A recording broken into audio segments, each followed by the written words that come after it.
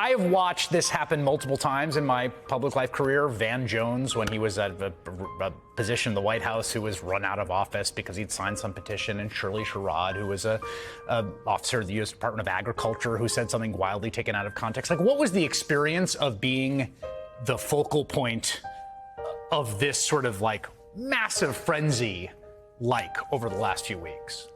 Well, it was really overwhelming, Chris. I mean, frankly, you know, I have prided myself over my career of being a really nuanced, reasonable person. Again, as I said, I've briefed and advised both Republicans and Democrats. I admire some of the steps that the Trump administration even took to combat disinformation, including Senator Rob Portman and his bills against deepfakes and, you know, funding the Global Engagement Center at the State Department. So to say that I'm just a partisan actor was wildly out of context. And then beyond that, it wasn't just, you know, these mischaracterizations of my work, but it was death threats against my family. Over the last 3 weeks, I have maybe had 1 or 2 days I didn't report a violent threat, something like, we're coming for you and your family. You and your family should be sent to Russia to be killed, encouragement of me to commit suicide. All of those have been forwarded to the Department of Homeland Security's security services. And, you know, that's not something that is American. That is not how we should be acting when we have disagreements about policy in this country. I think we need to learn how to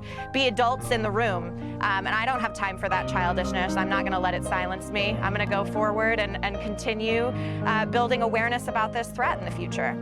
All right, Nia Jankowicz, I'm very sorry that happened to you, really. And thank you for taking some time tonight. I really appreciate it.